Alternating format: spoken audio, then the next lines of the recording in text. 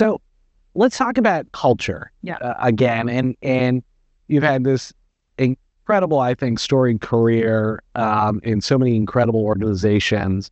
Um, but then there's your culture and your values and what you've seen that has worked and not worked. Through all that volatility, what I've really found is great leaders have core set of principles and values that it doesn't matter if it's up market or down market, it's able to create a sustainability for the organization and also the impact and value that they create in the community.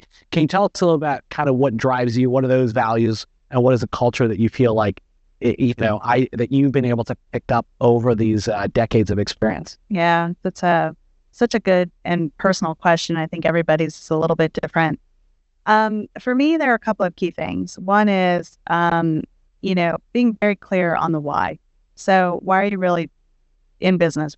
Or whatever you're doing, what are you really there for? And that's a hard question to answer sometimes, especially when you're in a startup or where you're in an organization where you're not quite sure kind of what the future direction is.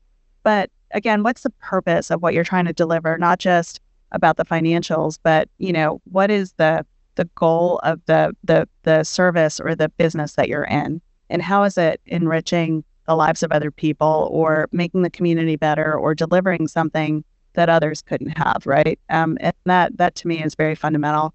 Number two is just doing great work. I'm just a big believer in, just do the best that you can do. And why settle for anything less than that?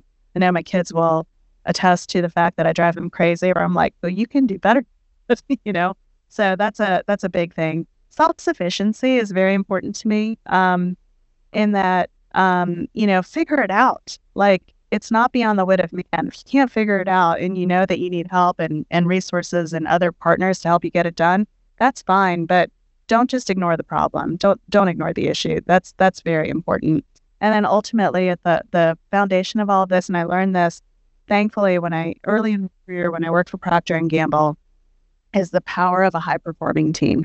Where, I mean, that to me is like it's the atom in the whole matrix. And if you have a high performing team, and what that means to me is everybody's there because they want to be there. Everybody's there because they understand the mission and the purpose, and everybody understands how their role and what they're doing is not only delivering on what the promise is of what you're trying to do together as a team, but how it's making them better personally. And if you can see both sides of that equation and you feel like invested in that, then, and there's trust and transparency with everybody else on the team, that's unstoppable, just absolutely unstoppable. And I've had the great fortune of having a couple of teams and organizations in my career where either I've been a team member with a different leader or I've been the leader and I've been able to build that. I mean, it's the best feeling. It really is.